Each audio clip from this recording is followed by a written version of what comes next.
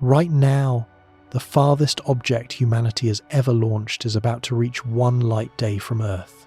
Voyager 1 has been flying for nearly 50 years, and it has not yet crossed one single day of light travel distance. The nearest star is 4.25 light years away. At Voyager's speed, reaching it would take over 73,000 years. But the real horror of interstellar travel is not the distance. It is what the distance does to every system keeping you alive. Radiation shreds your DNA with no hospital to treat you. Life support fails with no replacement parts arriving. Communication with Earth becomes a monologue into silence. A real interstellar mission does not just test engineering. It tests whether human beings can remain human across a void that erases every safety net our species has ever known. If you enjoy journeys that completely reshape how you see humanity's place in the cosmos, do me a favour and hit that like button and subscribe. Now, brace yourself. Let's begin.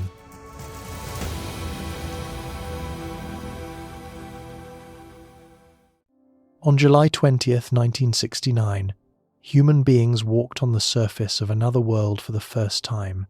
Neil Armstrong and Buzz Aldrin spent roughly 21 hours on the lunar surface before climbing back into the ascent module and rejoining Michael Collins in orbit.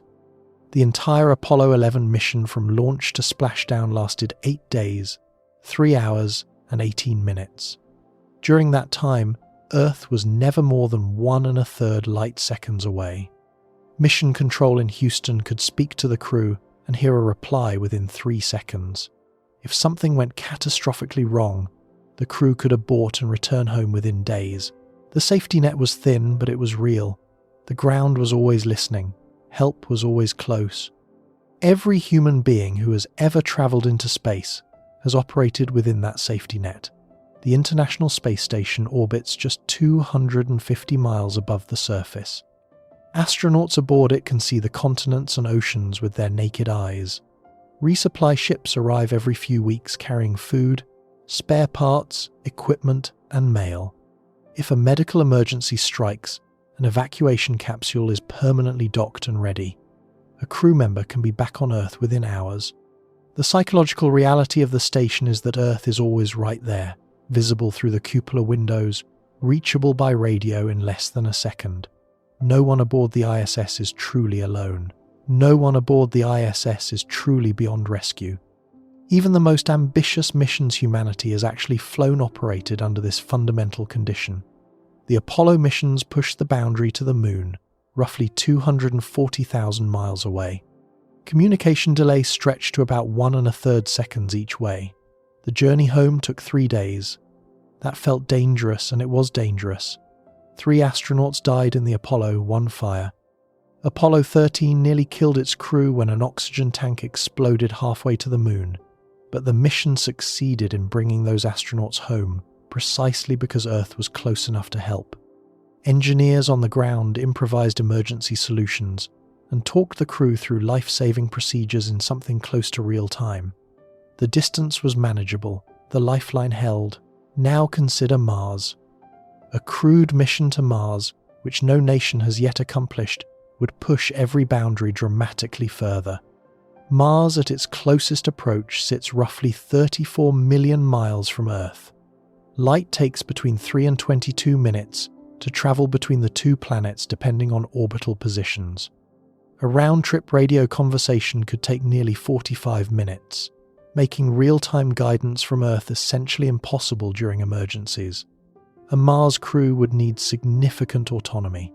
The journey would take roughly 7 to 9 months each way, and a full surface mission would likely last 2 to 3 years. 2 to 3 years. That is the scale of ambition that represents the absolute outer edge of what space agencies are currently planning for crewed spaceflight. And even at that scale, the challenges are enormous. NASA's own research programs have spent decades documenting the health effects of long-duration spaceflight, including bone density loss, muscle atrophy, cardiovascular deconditioning, vision impairment, immune suppression, radiation exposure, and psychological strain from confinement. These are not theoretical concerns. They are observed effects in astronauts who spent 6 months to a year aboard the International Space Station, a facility orbiting less than 300 miles from the best hospitals on Earth. Every one of these problems becomes significantly worse as mission duration increases. A year on the ISS is hard. 2 to 3 years in deep space with no possibility of quick return would be brutally hard. But here is where human intuition makes a dangerous leap. When people hear about interstellar travel, when they imagine a ship heading for another star, most unconsciously perform a simple mental calculation. They take the Mars mission and multiply it. They think of interstellar travel as a very long road trip. Harder, certainly. More supplies needed, absolutely. But fundamentally the same kind of challenge, just stretched out over more time and more distance. That assumption is catastrophically wrong. And understanding why it is wrong requires confronting numbers so large that they break the analogy between interstellar travel and everything humanity has ever done in space. The nearest star system to our Sun is Alpha Centauri, a triple star system located approximately 4.25 light-years away. The closest individual star in that system, Proxima Centauri, is a small red dwarf orbiting the main pair at a considerable distance. Proxima Centauri is our nearest stellar neighbour, 4.25 light-years. That sounds like a simple number. It is not. 1 light-year is the distance light travels in a single year, moving at 186,000 miles per second. That works out to roughly 5.88 trillion miles. Multiply that by 4.25, and the distance to Proxima Centauri comes to approximately 25 trillion miles. Written out in full, that number contains 13 digits. But digits on a page convey nothing about what this distance actually means for a spacecraft carrying human beings. Consider Voyager 1.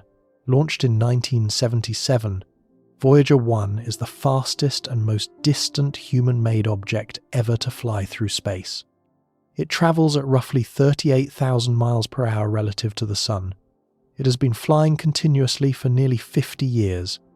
In November of 2026, Voyager 1 is projected to reach a distance of 1 light day from Earth, meaning a radio signal from our planet will take 24 full hours to reach the spacecraft.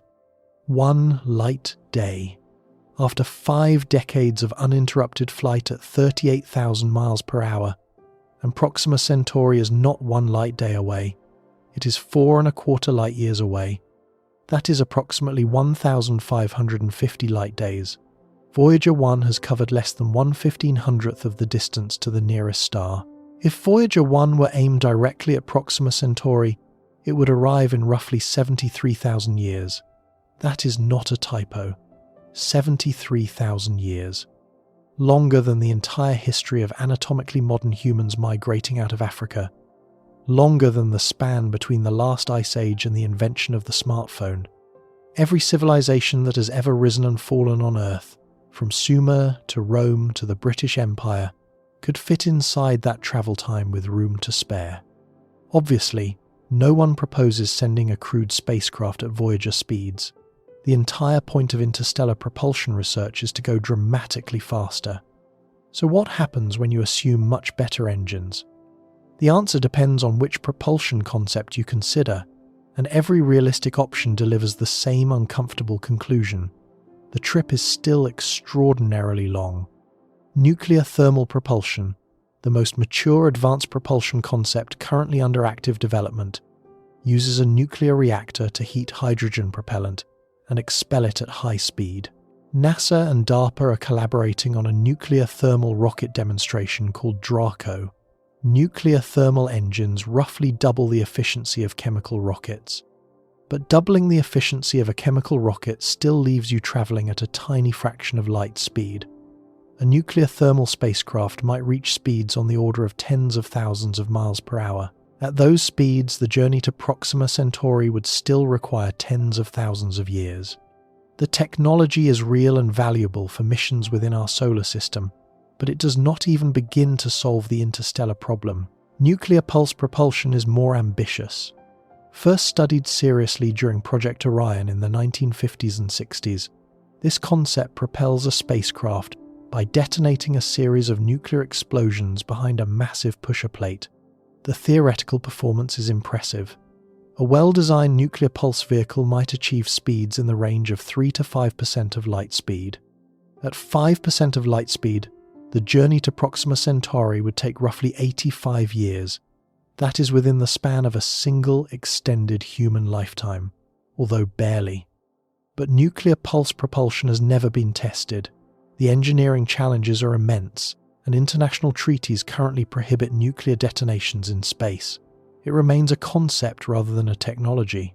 Fusion propulsion represents the next step in theoretical capability. If humanity could build a working fusion rocket, one that sustained controlled nuclear fusion reactions and directed the output as thrust, speeds on the order of 5 to 10% of light speed might be achievable. At 10% of light speed, the trip to Proxima Centauri shrinks to roughly 43 years. That starts to sound almost manageable. A crew that departed in their 20s might arrive in their 60s.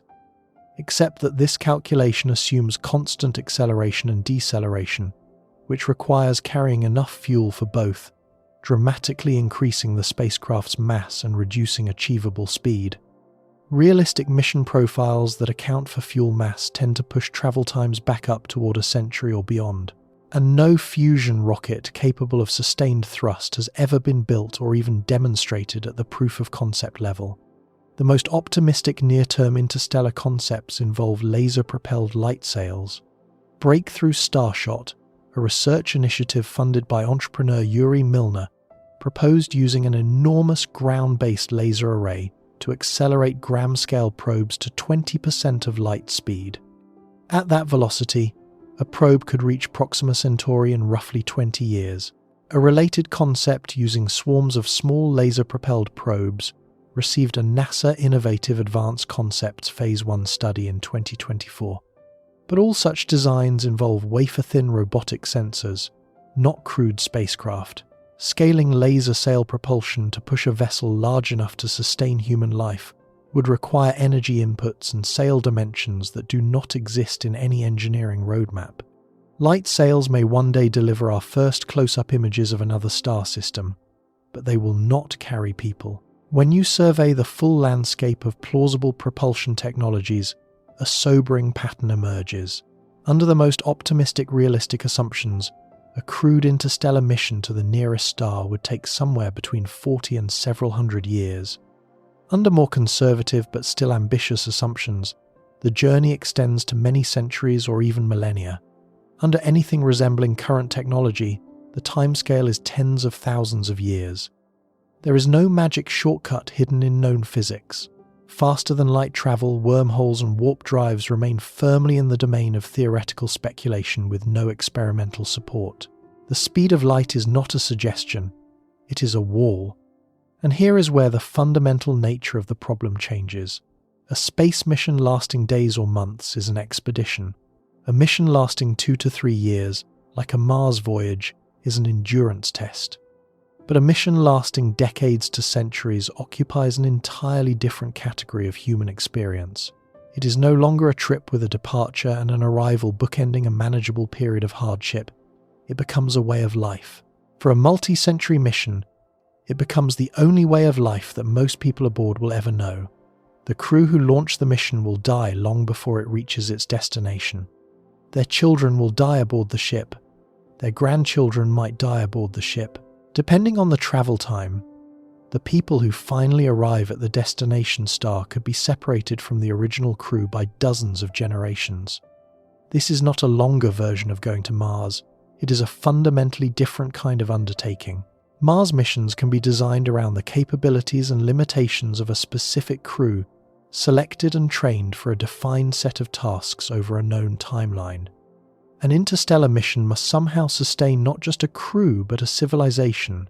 It must keep human beings alive, functional, and purposeful across timescales that exceed the lifespan of most nations.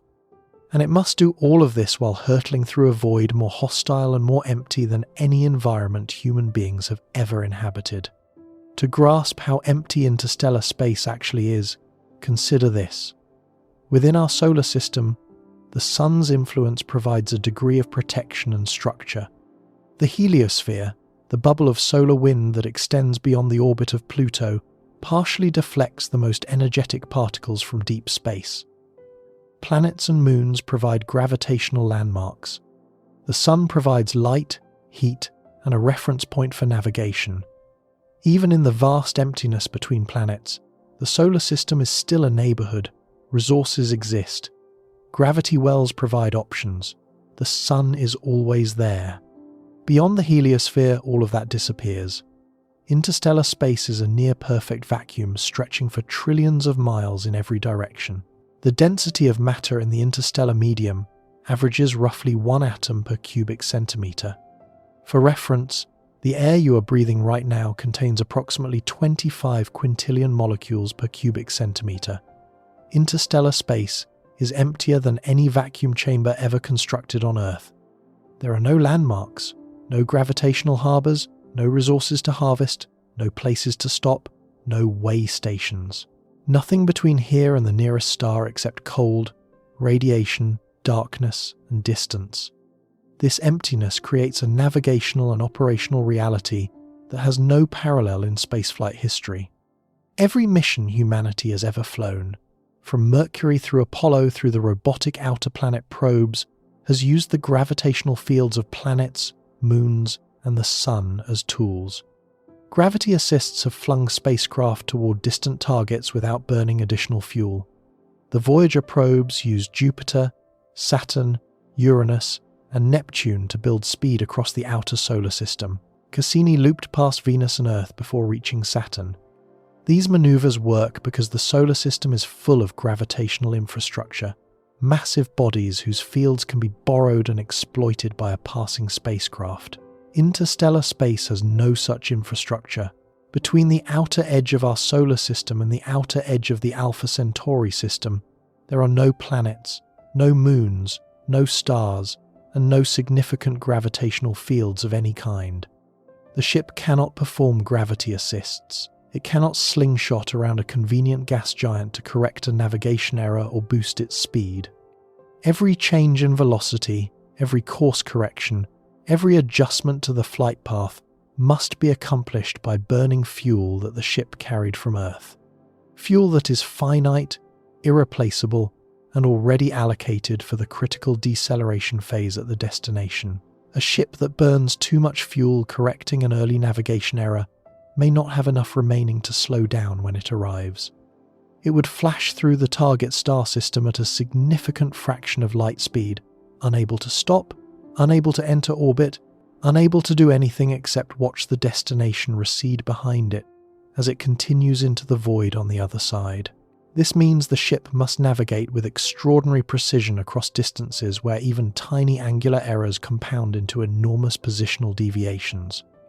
A course deviation of 1/10,000th of a degree at departure translates to a missed distance of billions of miles by the time the ship reaches Proxima Centauri. The navigation system must function continuously and accurately for the entire transit, decades or centuries, correcting for the gravitational influence of passing stars, the drift of the destination star through the galaxy, and the ship's own structural flexing and thrust asymmetries.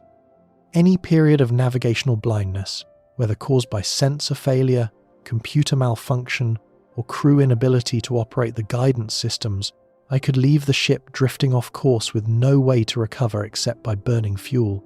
It cannot afford to spend. And the ship cannot stop. Within the solar system, a spacecraft in trouble can enter orbit around a nearby body or park itself in a stable trajectory, while the crew works on repairs. In interstellar space, there is nowhere to park. If a critical system fails and requires months of repair, the ship continues hurtling through the void at whatever velocity it has achieved, covering millions of miles while the crew scrambles to fix what is broken. There is no pulling over. There is no safe harbour. A ship crossing this void would be the most isolated object in human history. Not isolated like a submarine beneath the Arctic ice, which can surface and radio for help. Not isolated like a research station in Antarctica, which receives supply flights and sits on a planet teeming with life. Isolated in an absolute sense that has no precedent in human experience. The ship would carry every molecule of air its passengers will ever breathe, every drop of water they will ever drink, every calorie of food they will ever consume, every spare part they will ever need, every tool required to manufacture anything that breaks. Nothing comes in from outside. Nothing arrives to replenish what is lost. The ship is the entire world, and the void surrounding it is not merely empty. It is actively hostile. This hostility is not dramatic in the cinematic sense. There are no space monsters lurking in the dark. The danger is physical, constant, and cumulative. Interstellar space is saturated with galactic cosmic radiation, a relentless bombardment of high-energy particles that originates from supernova explosions and other violent events scattered throughout the galaxy. These particles travel at nearly the speed of light and carry enormous energy. They include protons, helium nuclei, and heavier ions of elements like iron and carbon, and they will slam into the ship and everything inside it every second of every day for the entire duration of the mission. Inside the solar system, the heliosphere provides partial shielding against these particles. Outside the heliosphere, that protection vanishes. The full unfiltered intensity of galactic cosmic radiation becomes the crew's permanent environment. Conventional spacecraft shielding offers limited protection against these particles. Unlike solar particle events, which consist primarily of lower energy protons that can be blocked by a few centimeters of material, galactic cosmic ray nuclei carry so much energy that they penetrate deeply through metal, water, polyethylene, and every other practical shielding material. Worse, when heavy cosmic ray particles strike shielding material, they produce showers of secondary particles that can be more biologically damaging than the original particle. Adding more shielding does not necessarily reduce the dose. In some configurations, it increases it. NASA considers space radiation the #1 health risk for deep space exploration, and no current shielding concept has been shown to reduce it to acceptable levels. The full scale of this problem becomes clear when you examine what these particles actually do to living tissue. The biological consequences of sustained cosmic radiation exposure are severe. Research using rodent models has demonstrated that exposure to space-relevant doses and types of charged particles causes persistent cognitive dysfunction, including measurable deficits in learning, memory, and decision-making. Studies published through NASA's Human Research Program have linked cosmic radiation to increased cancer risk, cardiovascular disease, cataracts, degenerative tissue effects, and central nervous system damage. A crew member on a multi-decade interstellar mission would accumulate radiation doses far exceeding any limit ever established for astronauts. The cumulative effect would not be a single dramatic event, but a slow degradation of cellular integrity, organ function, and cognitive performance over years and decades. The ship might fly perfectly, but the people inside it would be gradually and irreversibly damaged by the space through which they travelled. And radiation is only the beginning. The ship itself must sustain a closed ecological loop for the entire journey. Every molecule of oxygen, every litre of water, every gram of food must be produced, consumed, recycled, and produced again without loss, without contamination, and without failure, for decades or centuries. The International Space Station, the most sophisticated closed-environment life support system humanity has ever built, does not come close to achieving this.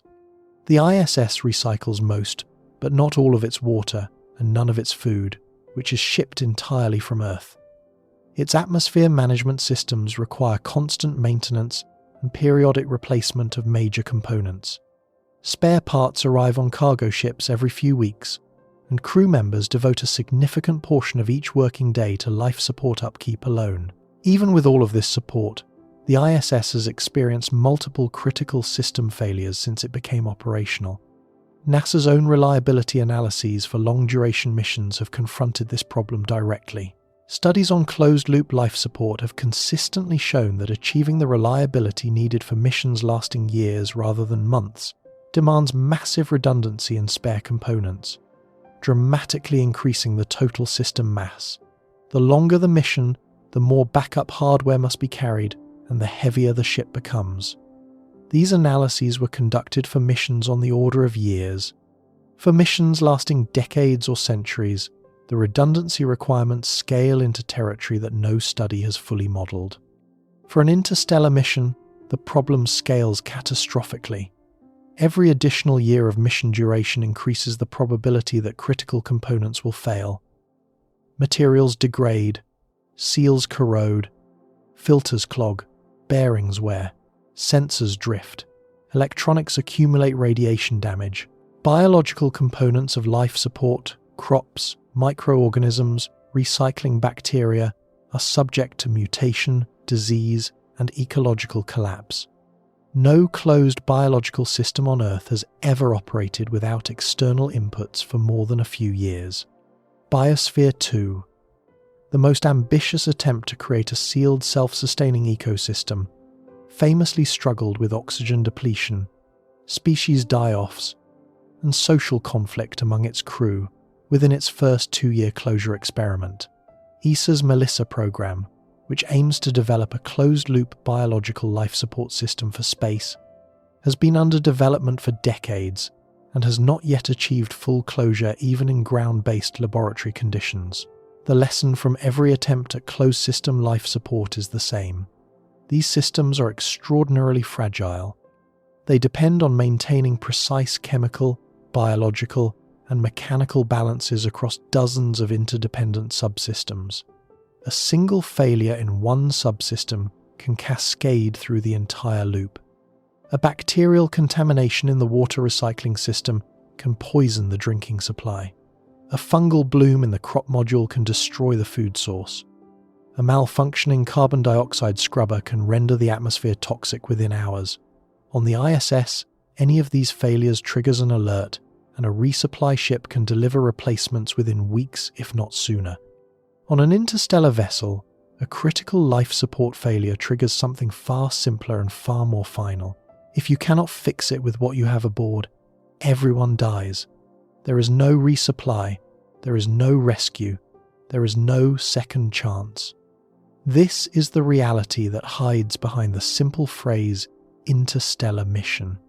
It is not a longer version of what we have done before. It is not an incremental step beyond Mars. The distances involved are not merely larger, but belong to a completely different scale of existence. The durations required are not merely longer, but exceed the functional lifespan of every technology, every social institution, and every biological system humanity has ever built. The void that must be crossed is not merely emptier than anything we have experienced, but actively assaults the ship and its occupants every moment of the journey. And the isolation is not merely more extreme than previous missions, but absolute, total, and permanent for the duration of the crossing. The moment you accept these realities, the question of interstellar travel transforms completely. It stops being a question about building a ship fast enough or large enough. It becomes a question about whether human beings and the systems they depend on can survive under conditions so extreme that nothing in our evolutionary history, our engineering experience, or our social organization has prepared us for them. The engineering challenges of propulsion and navigation are formidable, but they are at least tractable problems with known physics. The survival challenge is something else entirely. It is a confrontation with the limits of human biology, human technology, and human endurance at a scale that may exceed all three. What makes this confrontation so unsettling is that the survival threats do not arrive one at a time in convenient sequence. They arrive simultaneously, they reinforce each other, and they compound over time. Radiation damages both bodies and electronics. Life support degradation threatens both air and food. Equipment failures demand maintenance, expertise that must be sustained across generations.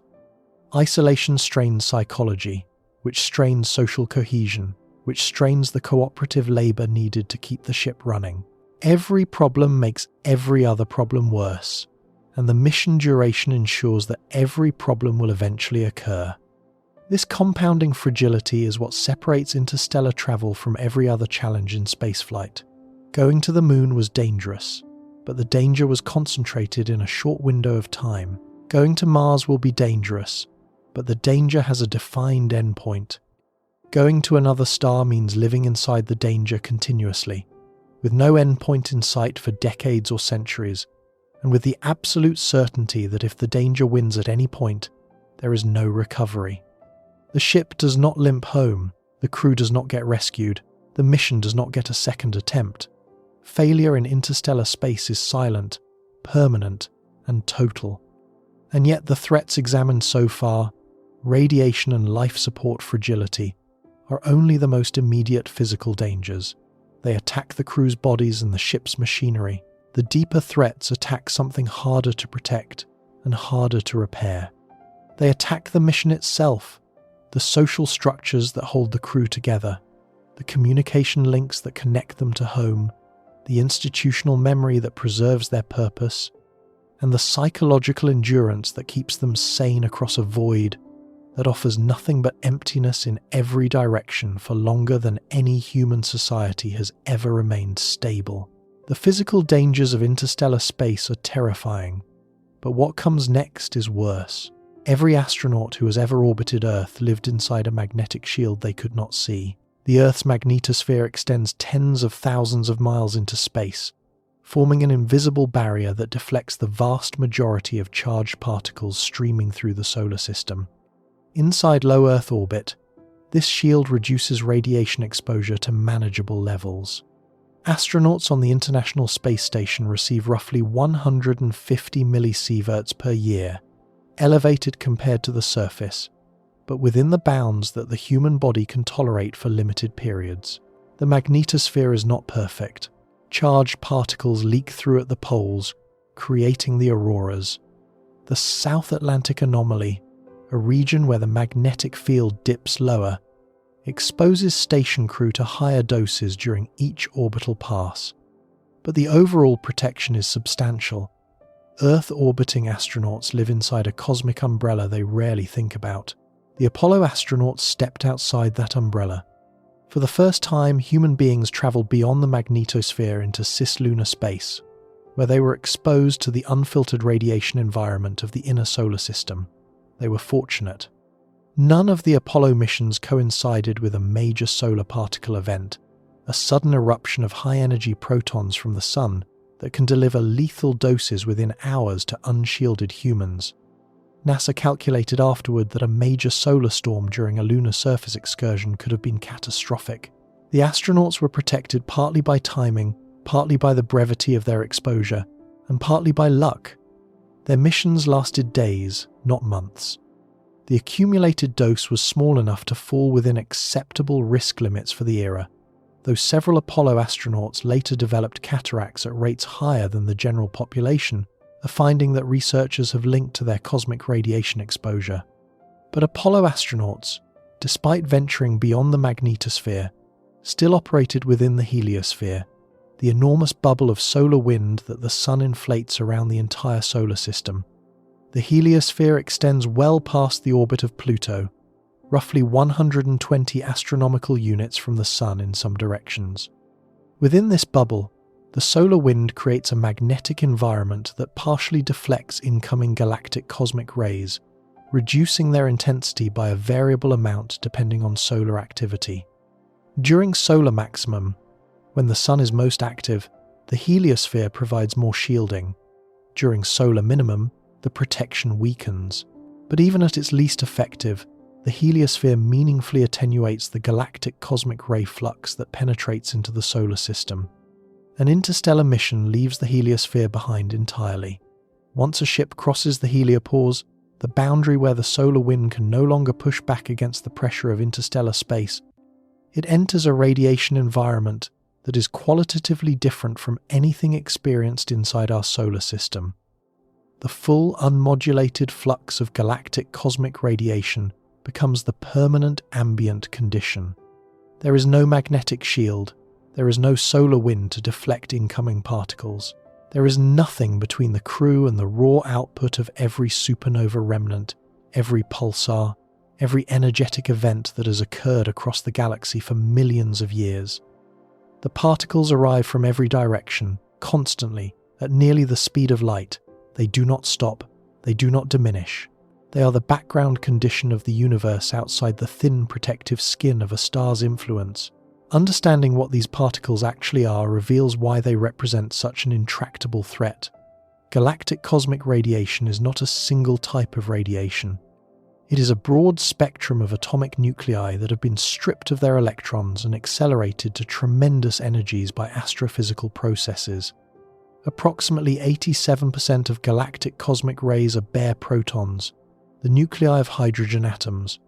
About 12% are alpha particles, helium nuclei consisting of 2 protons and 2 neutrons. The remaining roughly 1% consists of heavier nuclei, atoms of elements like carbon, oxygen, silicon, and iron that have been fully ionized and accelerated to velocities approaching light speed. That 1% might sound negligible, it is not. The heavier nuclei, known as HZE particles, short for high atomic number and high energy, are the most biologically destructive component of galactic cosmic radiation. An iron nucleus traveling at 90% of the speed of light carries enormous kinetic energy concentrated in a single particle. When it strikes biological tissue, it does not simply deposit energy the way an X-ray photon does. It tears through cells like a microscopic cannonball, leaving a dense trail of ionization and molecular destruction along its path. Every chemical bond in its trajectory is shattered. DNA strands are broken not at one point, but along the entire track. Cell membranes are ruptured, proteins are denatured. The damage is clustered, complex, and extremely difficult for cellular repair mechanisms to fix correctly. This is fundamentally different from the radiation damage caused by medical X-rays or even by the proton component of cosmic rays. Low-energy radiation tends to cause isolated breaks in DNA that the cell can often repair accurately. HZE particle damage creates what radiobiologists call complex clustered lesions, regions where multiple types of DNA damage occur within a few nanometers of each other. The cell's repair machinery struggles with this kind of injury. Misrepair is common, leading to mutations, chromosomal aberrations, and genomic instability that can persist through subsequent cell divisions. A single HZE particle traversing a cell nucleus can cause damage equivalent to thousands of individual low-energy radiation hits. NASA estimates that during a mission beyond low Earth orbit, every cell nucleus in an astronaut's body would be traversed by a proton or heavier particle roughly every few days. Over the course of a year in deep space, the accumulated passages through each cell become numerous. Over decades, the numbers become staggering. The brain, which contains neurons that are not replaced when damaged, is particularly vulnerable. Research conducted through NASA's Space Radiation Laboratory at Brookhaven National Laboratory has exposed rodents to simulated galactic cosmic radiation and measured the consequences. The results are alarming. Animals exposed to space-relevant doses of heavy ion radiation showed persistent deficits in learning, memory, attention, and executive function. They exhibited increased anxiety-like behavior and reduced ability to distinguish between novel and familiar objects. Neuronal structures called dendritic spines, the tiny projections that form synaptic connections between brain cells, were measurably reduced in density and complexity. The damage did not heal over time. It persisted for months after exposure, the longest periods the studies measured. Translating rodent studies to human outcomes requires caution, but the implications are deeply concerning. A crew member on a decades-long interstellar voyage would receive a cumulative radiation dose to the brain far exceeding anything tested in laboratory conditions. The potential for progressive cognitive decline, impaired judgment, degraded problem-solving ability, and emotional dysregulation is not speculative. It is a straightforward extrapolation from confirmed experimental data. The crew members most needed to make complex decisions and maintain critical systems would be the same crew members whose cognitive faculties are being slowly eroded by the environment through which they travel. The cancer risk compounds this biological burden. NASA's current permissible exposure limits for astronauts are designed to keep the risk of exposure-induced death from cancer below 3% over a career. These limits were established for missions lasting months to perhaps 2 or 3 years. An interstellar mission lasting decades would blow through those limits within the first several years of flight. The cumulative cancer risk would climb steadily with every passing year.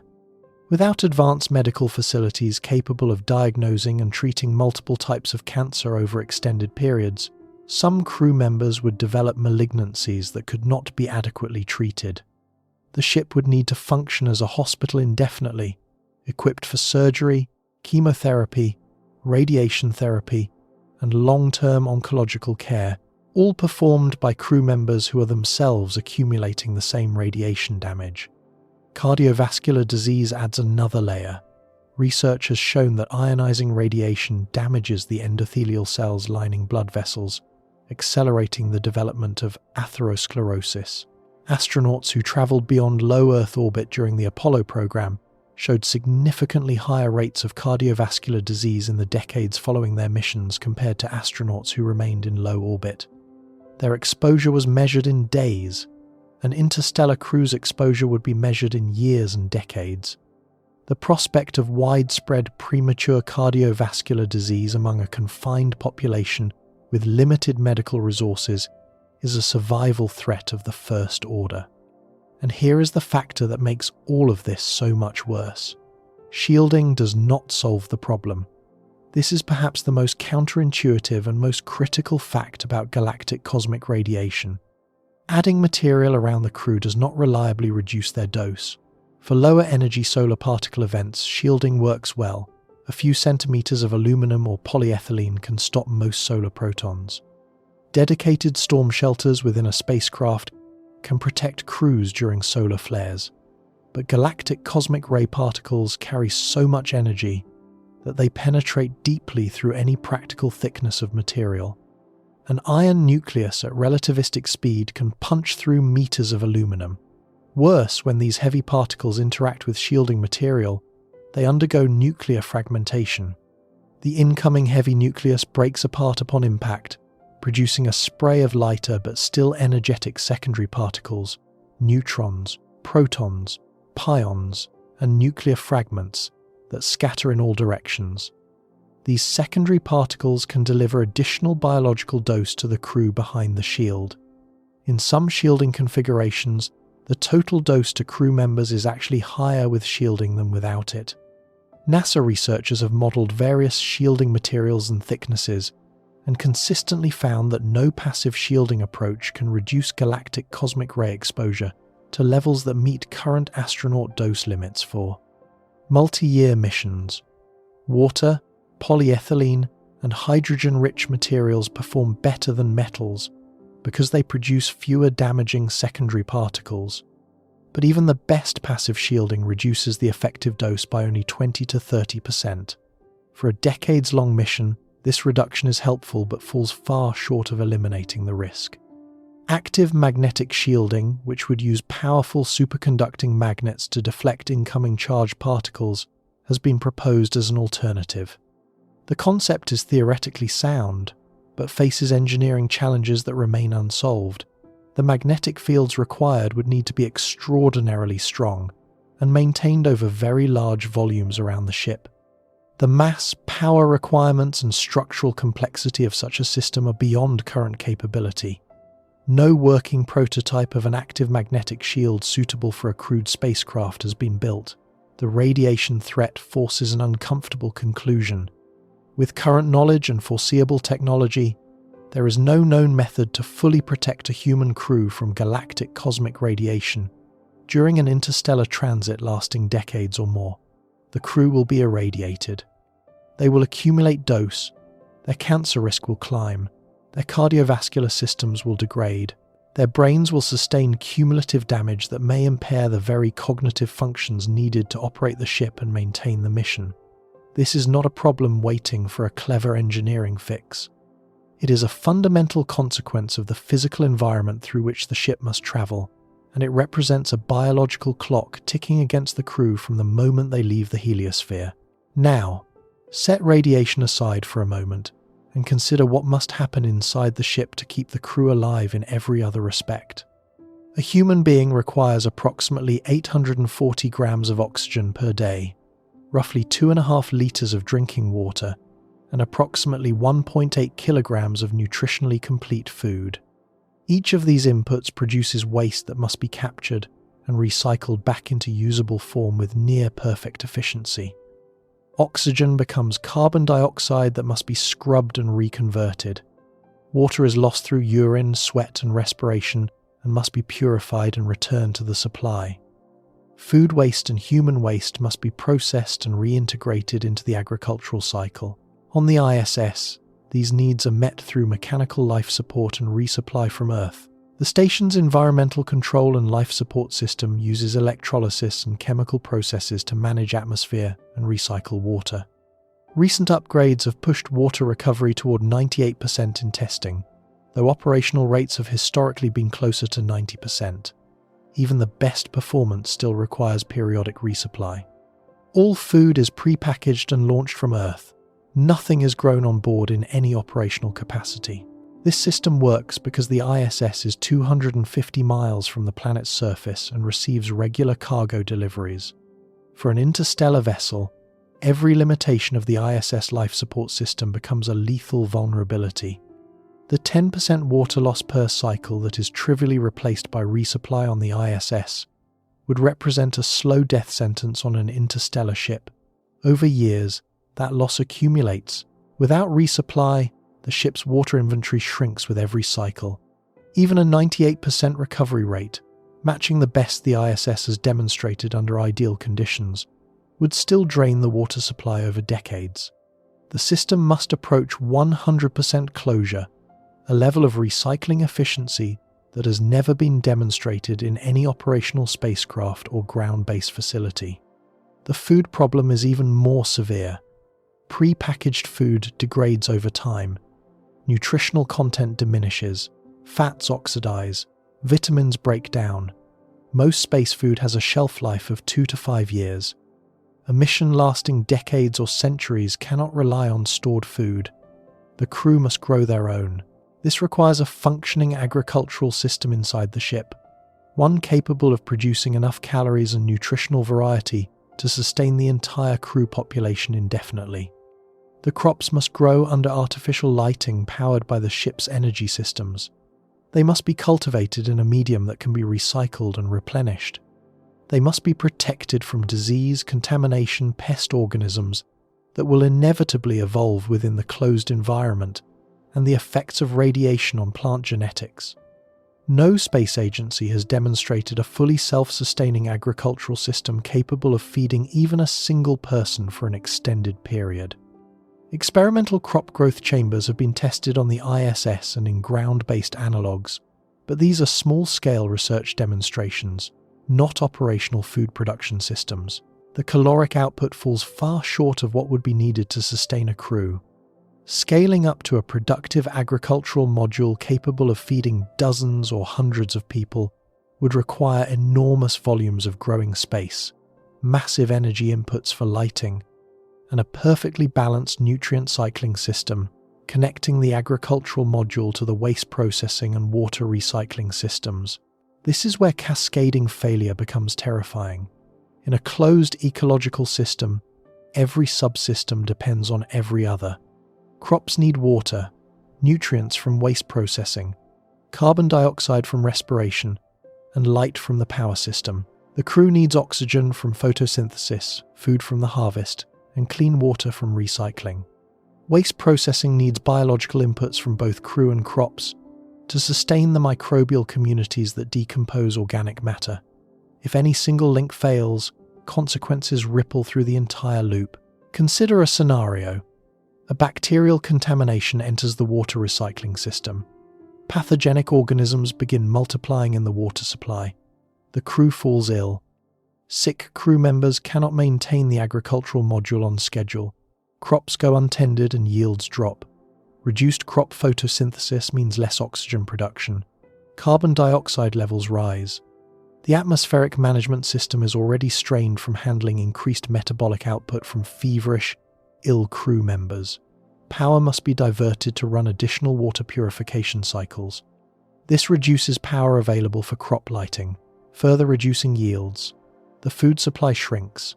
Malnourished crew members are less capable of performing the maintenance tasks needed to repair the contaminated water system.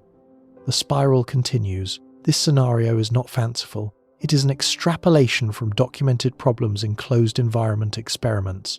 Ground-based closed system tests have repeatedly demonstrated that even small perturbations in one subsystem can produce unexpectedly large effects in others. Chemical imbalances, microbial population shifts, trace gas accumulation, and nutrient depletion have all occurred in sealed habitats despite careful design and monitoring. In every case, the solution involved opening the system and introducing external resources or making corrections informed by outside expertise. On an interstellar vessel, opening the system is not an option. External resources do not exist. Outside expertise is years of communication delay away and may never arrive at all. The atmospheric management challenge extends beyond simple oxygen and carbon dioxide balance. Trace contaminants accumulate in sealed environments. Outgassing from plastics, adhesives, insulation, electronic components, and human metabolic byproducts introduces hundreds of chemical compounds into the cabin air at low concentrations. On the ISS, the trace contaminant control system uses activated charcoal filters and catalytic oxidizers to remove these substances. The filters must be periodically replaced. The catalytic beds degrade over time. In a mission lasting decades, the ship must either carry an enormous supply of replacement filtration media or develop a way to regenerate these materials on board. Failure to control trace contaminants can produce symptoms ranging from headaches and nausea to chronic organ damage, effects that would compound the radiation-induced health deterioration already affecting the crew. Humidity control, thermal regulation, and pressure management add further layers of complexity. The ship must maintain cabin temperature within a narrow range, suitable for both human comfort and crop growth. It must manage humidity to prevent both dehydration of crew and agricultural systems, and the growth of mold and fungal contamination in damp areas.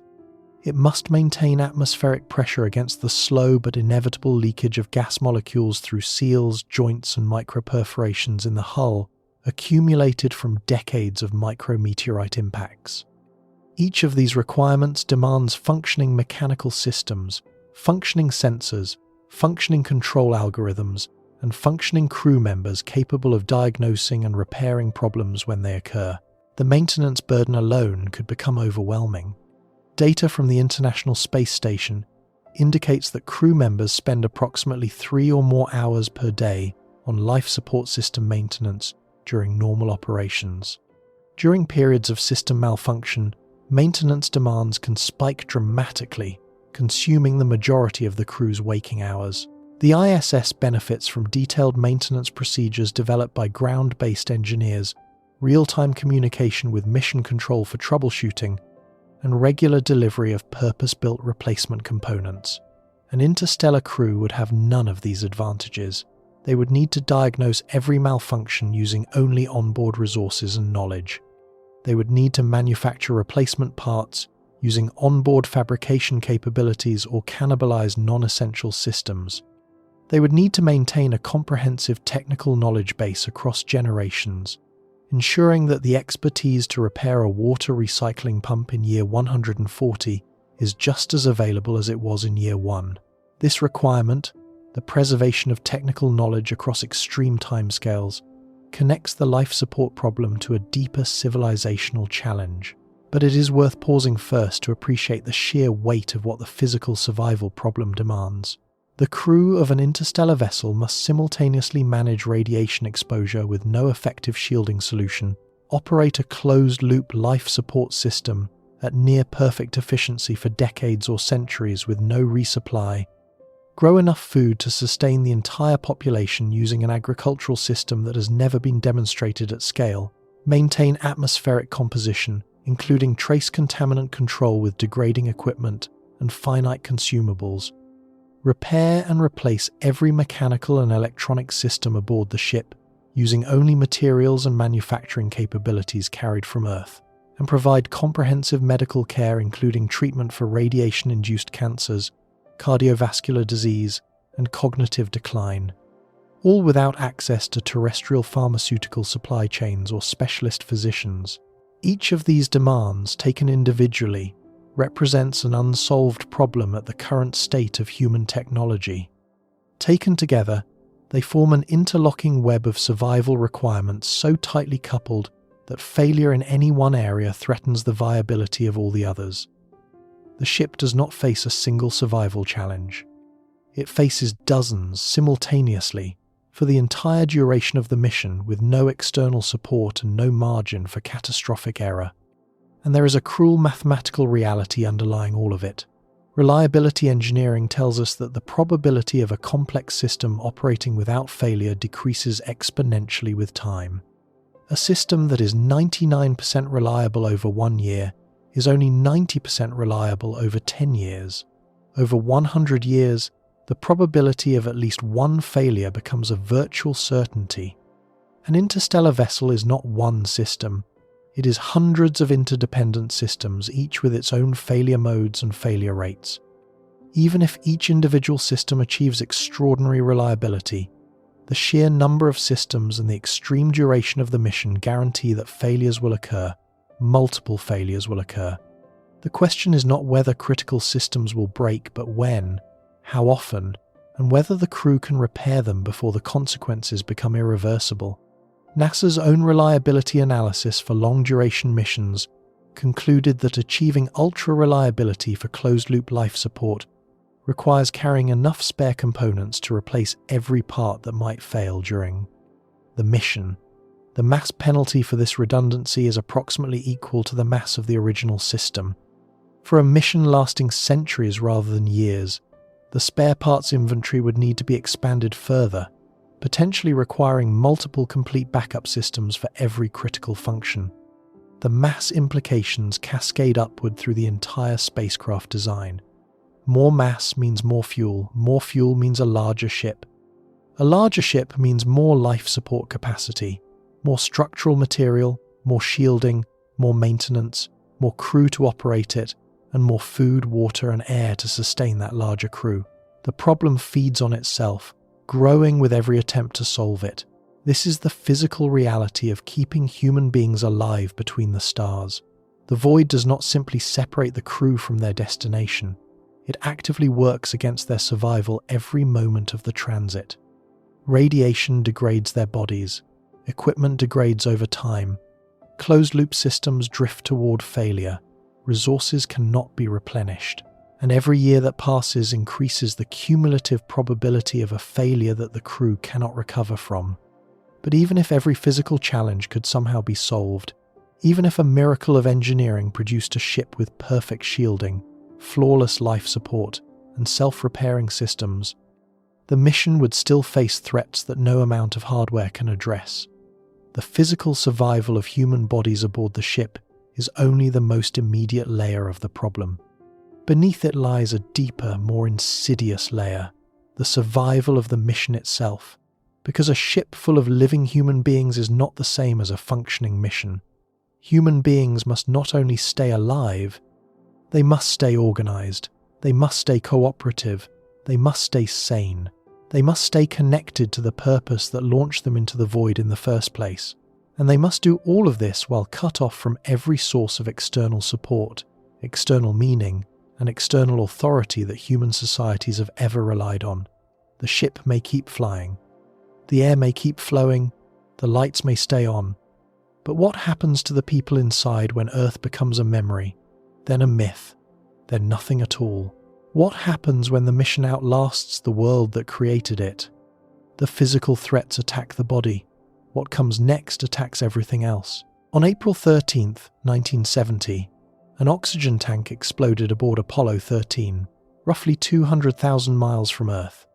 The blast crippled the service module, knocked out 2 of the spacecraft's 3 fuel cells, and began venting the crew's oxygen supply into space. Commander Jim Lovell, along with Jack Swigert and Fred Hayes, faced the very real possibility of dying in the void between Earth and the Moon. The world knows what happened next. Flight controllers in Houston worked around the clock, improvising solutions in real time. Engineers on the ground built a makeshift carbon dioxide scrubber from materials they knew the crew had available and talked the astronauts through its assembly step by step. Navigation corrections were calculated on Earth and relayed to the crew with a communication delay of roughly 1 1/3 seconds each way. The lunar module, never designed to serve as a lifeboat, was repurposed to keep 3 men alive for 4 days through a free return trajectory around the Moon and back to Earth. The crew splashed down safely on April 17th. Apollo 13 is remembered as humanity's most dramatic space rescue. It is celebrated as a triumph of ingenuity, teamwork, and calm under pressure. And it was all of those things. But it was also something else, something that becomes critically important when thinking about interstellar travel. Apollo 13 was a rescue that succeeded because of proximity. The crew was 1 1/3 light seconds from mission control. Communication was essentially instantaneous. Thousands of engineers on the ground could collaborate in real time to analyze the problem, model solutions, test procedures, and relay instructions. The journey home took 4 days. The margin was razor thin, but the margin existed because Earth was right there. Now consider the same emergency aboard a ship that has travelled 1 light year from Earth. Not 4 1/4 light years, the full distance to Proxima Centauri. Just 1 light year. At that distance, a radio signal takes 1 year to reach Earth. The crew sends a distress call. They describe the explosion, the failing oxygen system, the dwindling power supply. That message travels through space for 12 months before anyone on Earth hears it. Mission Control receives the call, analyzes the telemetry, develops a response, and transmits instructions back. Another 12 months pass before the crew receives the reply. 2 years have elapsed between the emergency and the arrival of guidance from home. The crew needed a solution within hours. They received advice 24 months later. Whatever happened aboard that ship in the intervening 2 years happened without any help from Earth. The crew either solved the problem themselves or they did not. By the time Earth's response arrives, the outcome has long since been determined. At the full distance of Proxima Centauri, the round-trip communication delay stretches to 8.5 years. A distress call sent from a ship in the Alpha Centauri system would not receive a response from Earth until nearly a decade had passed. This is not a communication delay in any meaningful operational sense. It is the complete absence of communication. The crew cannot ask for advice. They cannot request new procedures.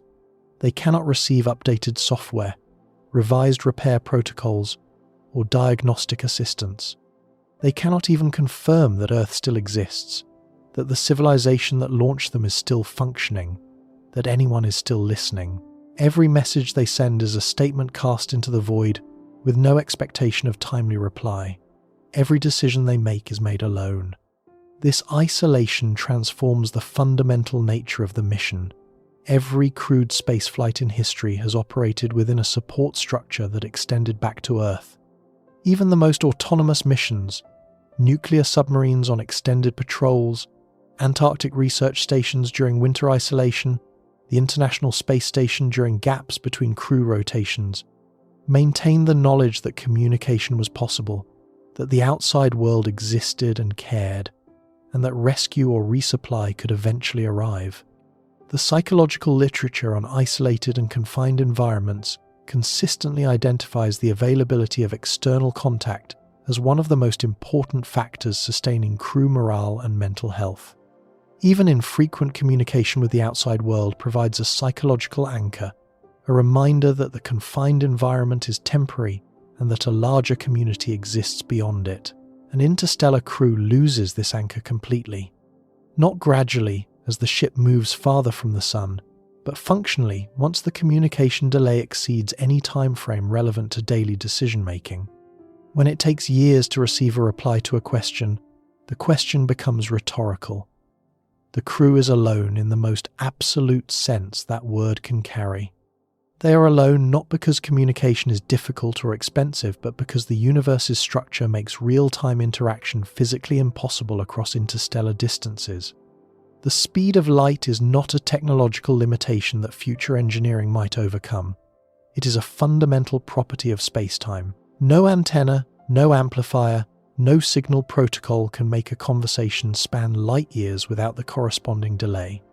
The crew will live and die with whatever knowledge, expertise, and judgment they carry aboard the ship. This has staggering implications for mission operations. Consider the complexity of maintaining a closed-loop life support system across decades, the challenge we have already examined. On the International Space Station, when a critical system malfunctions, the crew can consult with hundreds of engineers on the ground who have access to the original design specifications, testing data, failure mode analyses, and sometimes physical replicas of the failing hardware. Ground teams can run simulations, test repair procedures, and walk the crew through fixes in something close to real time. This support infrastructure has saved the station from potentially catastrophic failures multiple times.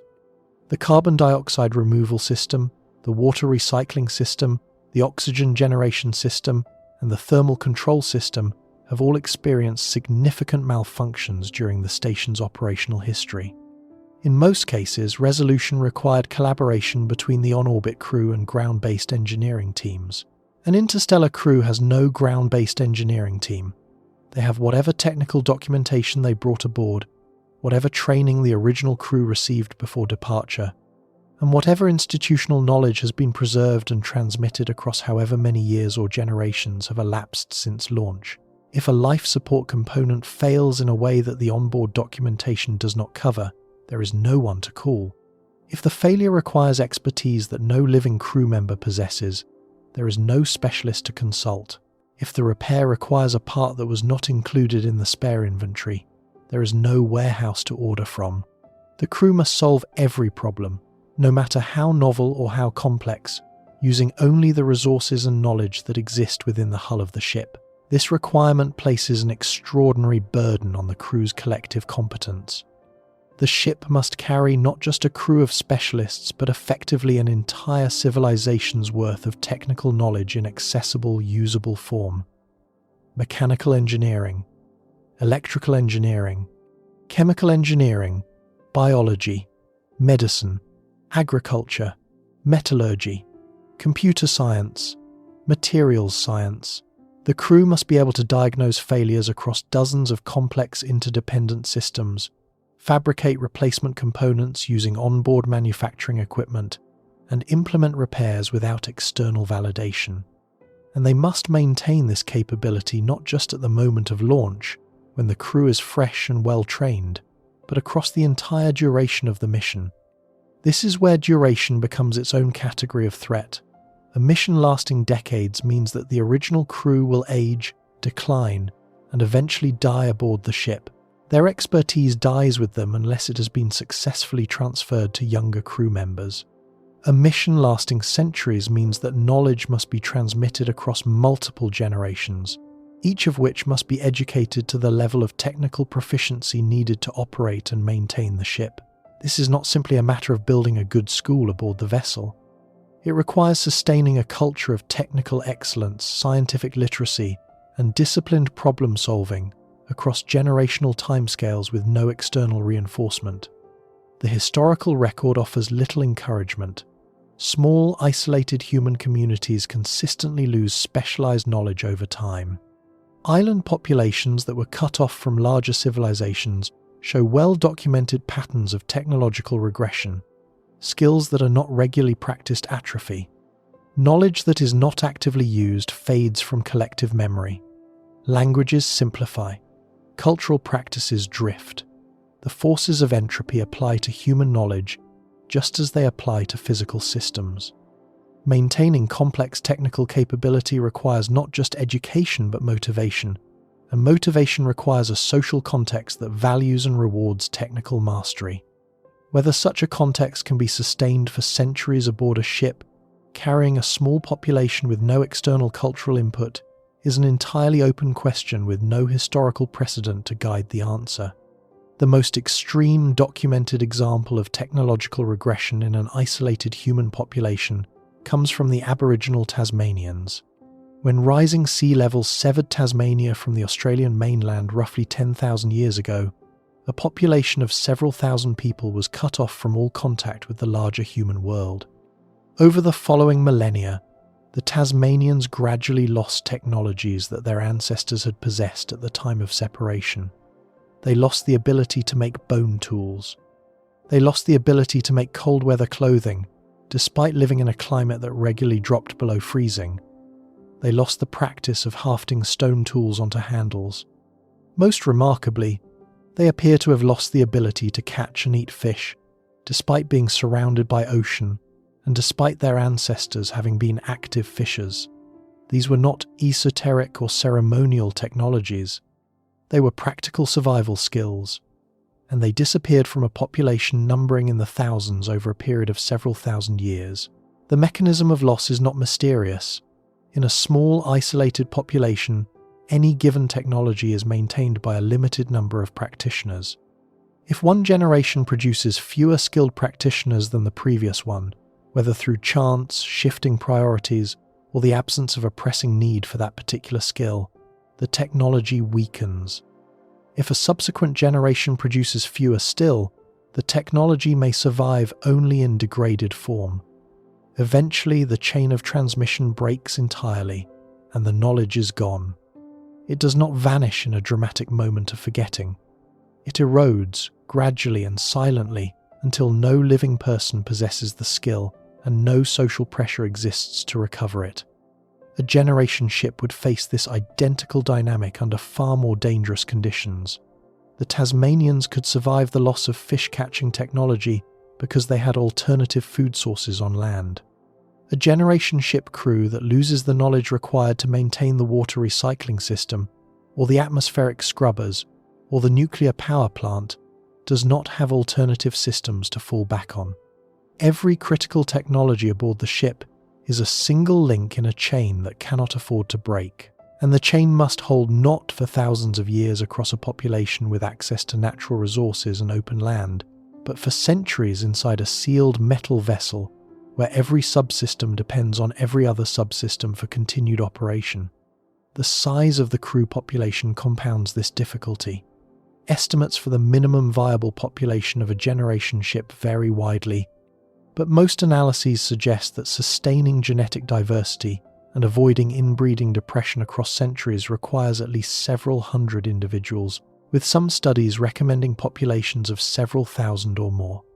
A population of this size must include enough individuals with the aptitude and inclination for technical training to maintain a cadre of engineers, scientists, physicians, and specialists capable of operating every critical system aboard the ship.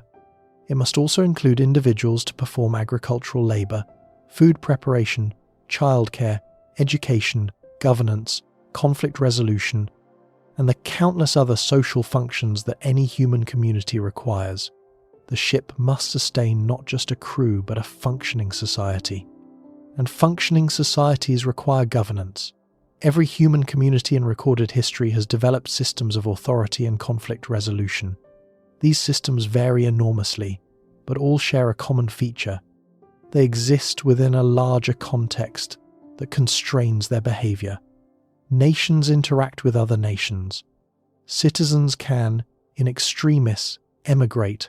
The existence of an outside world provides a check on the worst impulses of any governing system. A generation ship has no outside world. The governing authority aboard the ship is the only authority that exists. There is no higher court to appeal to. There is no neighbouring community to flee to. There is no external power that can intervene if governance collapses into tyranny, corruption, or chaos. The population is captive in the most literal sense imaginable. They cannot leave. They cannot seek alternatives. They must live under whatever system of governance the ship develops, and that system must function effectively for the entire duration of the mission. If governance fails, if the crew fractures into competing factions, if authority collapses, if a leader becomes dictatorial and incompetent, the consequences are not political, they are existential. A dysfunctional government aboard a generation ship does not merely produce bad policy, it produces cascading system failures as maintenance is neglected, resources are misallocated, and social cooperation breaks down. Research on isolated, confined environments provides sobering data on how quickly social dynamics deteriorate under stress. Studies of Antarctic overwintering crews, submarine patrols, and space station missions consistently document increases in interpersonal conflict, clique formation, crew fragmentation, and withdrawal from social interaction over time. These effects emerge in periods of months to a year or two among highly screened, carefully selected professional crews who volunteered for the assignment and know that their confinement has a defined endpoint. The psychological literature identifies the third quarter phenomenon, a pattern in which morale and cohesion reach their lowest point, roughly 3/4 of the way through a confined mission, when the initial excitement has faded and the end is still too far away to provide motivational pull. On a generation ship, there is no endpoint to provide motivational pull. The majority of the crew at any given time were born aboard the ship, did not choose the mission, and will die aboard the ship without ever reaching the destination. They are serving a sentence imposed by their ancestors for a purpose that may feel increasingly abstract with each passing generation. The destination star is not a place they remember or can visualize from experience. It is a concept, a point of light that might not even be distinguishable from the background stars through the ship's windows. The original mission planners may have been driven by scientific curiosity, survival imperative, or exploratory ambition. Their great-great-grandchildren may feel none of these motivations. They may instead feel trapped, resentful, and purposeless, living out their lives in a metal box because people they never knew decided it was a good idea. This motivational collapse connects directly to the technical survival problem. A generation ship requires every generation to perform its role competently and willingly. The ship needs engineers, farmers, doctors, teachers, and administrators in every generation without exception. A single generation that fails to produce enough skilled technicians to maintain the life support system could trigger a catastrophic failure cascade. A single generation that rebels against the social order could fracture the cooperative labor structure that keeps the ship functioning. The mission depends on continuous voluntary participation by people who had no say in its inception and who derive no direct benefit from its completion. Some proposals for generation ships attempt to address this through rigid social engineering, mandatory education programs, assigned occupational roles, psychological screening, population control, cultural indoctrination designed to instill loyalty to the mission across generations. These measures might work. They might also produce a society that more closely resembles a totalitarian state than anything the mission's originators intended. The tension between the freedom of individual crew members and the survival requirements of the ship creates an ethical dilemma with no comfortable resolution. Too much individual freedom risks social fragmentation and mission failure. Too much institutional control risks psychological oppression and eventual revolt. The balance point, if one exists, must be maintained across centuries without the stabilizing influence of external contact or the pressure release valve of emigration. But there is another physical threat that operates on an entirely different timescale from radiation or life support failure. It is a threat that grows more severe the faster the ship travels, and it arrives not as a slow accumulation but as a series of instantaneous violent events spread across decades of transit. Interstellar space is not perfectly empty. The interstellar medium contains roughly 1 atom per cubic centimetre, mostly hydrogen, along with scattered grains of cosmic dust. These dust grains are tiny, often smaller than a micrometer in diameter, smaller than a single bacterium. At rest, they are harmless. At the velocities required for interstellar travel, they become projectiles. The kinetic energy of an object increases with the square of its velocity. A grain of dust that weighs effectively nothing at everyday speeds becomes a significant threat when the relative velocity between it and a spacecraft reaches a few percent of light speed.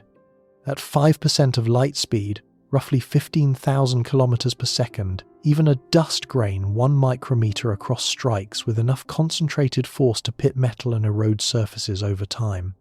Larger grains measuring 10 micrometers or more carry the kinetic energy of a rifle bullet at these speeds. At 10% of light speed, Grains in the 100 micrometer range would strike the hull with the energy of a small explosive charge. These are not common objects, but over a transit lasting decades through trillions of miles of interstellar space, encounters with dust grains of various sizes are statistically certain. The cumulative effect is analogous to sandblasting, but at velocities where even a single impact can puncture thin hull material or damage external sensors, antenna arrays, and thermal management surfaces. Over decades of transit, the forward-facing surfaces of the ship would accumulate thousands of microscopic impacts. Each one individually might be survivable. Together, they degrade the structural integrity of the hull, pit optical surfaces, erode thermal shielding, and create micro-perforations through which atmospheric gases slowly leak. The ship does not need to collide with a large object to suffer damage. It merely needs to fly fast enough, for long enough, through a medium that is almost, but not perfectly empty. Shielding against these impacts adds mass. Whipple shields, multi-layered barriers designed to break up incoming particles before they reach the pressure hull, are effective against micrometeoroids in Earth orbit. But Whipple shields are designed for impact velocities of roughly 10 to 15 kilometers per second. Interstellar transit speeds are 1,000 times higher. At those velocities, the physics of impact change fundamentally. Incoming particles do not simply punch through material, they vaporize on contact, generating plasma and shock waves that can damage structures far from the impact point. Designing shielding that can withstand this bombardment across decades of flight is an unsolved engineering problem.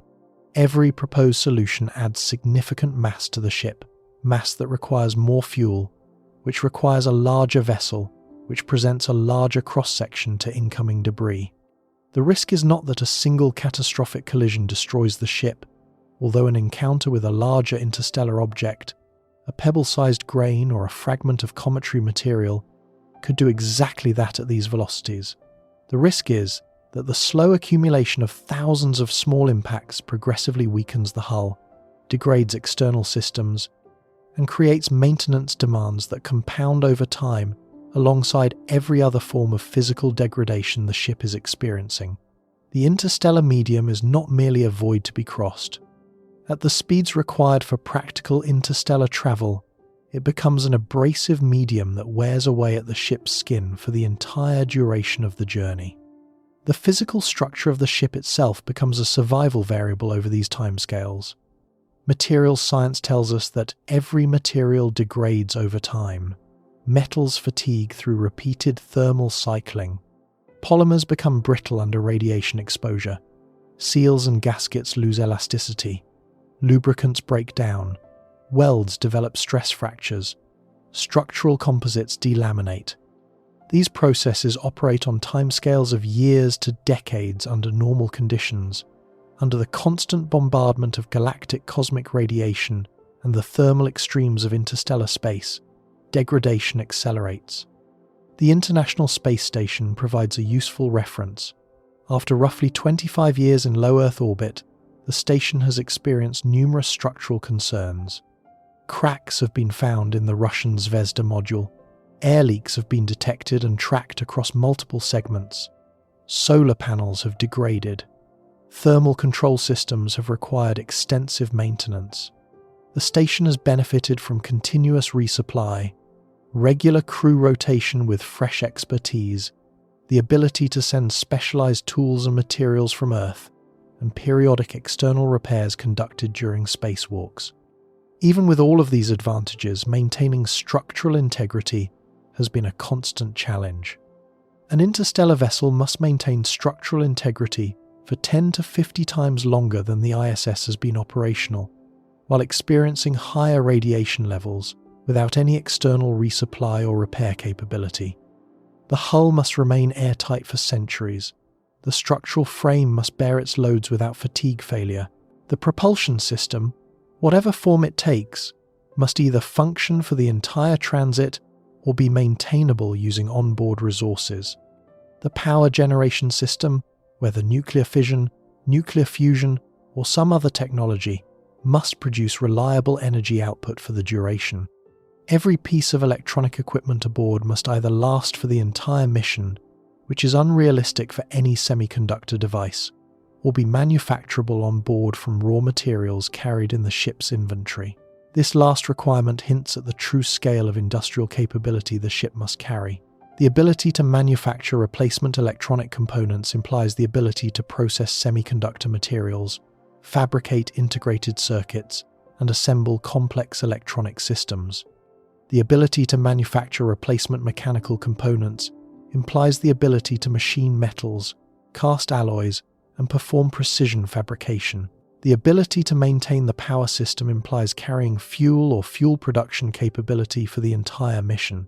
The ability to maintain the life support system implies carrying not just spare parts, but the raw materials and manufacturing tools needed to produce spare parts that were not anticipated at launch. The ship must carry not just a crew and their supplies, but an entire industrial ecosystem capable of producing anything the crew might need across a timeline longer than most civilizations endure. Consider what this means in practical terms.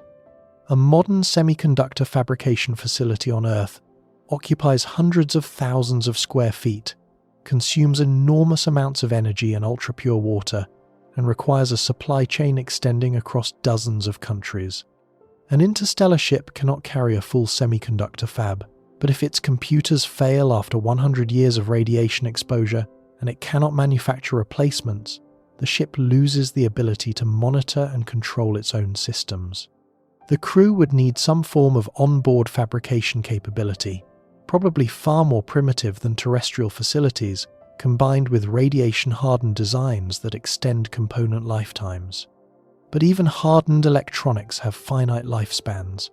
Every additional century of mission duration increases the probability that critical electronic systems will degrade beyond the crew's ability to repair or replace them. The same logic applies to every material and component aboard. Medicines expire, chemical reagents degrade, optical systems cloud, mechanical assemblies wear. The ship is not a static object traversing space. It is a dynamic system in which every component is slowly moving toward failure, and the only force counteracting that movement is the crew's ability to maintain, repair, and replace what breaks. If the crew's capability to perform maintenance ever drops below the rate at which systems degrade, the ship enters a terminal decline. Systems fail faster than they can be fixed. Each failure increases the burden on remaining systems and on the crew. The spiral accelerates.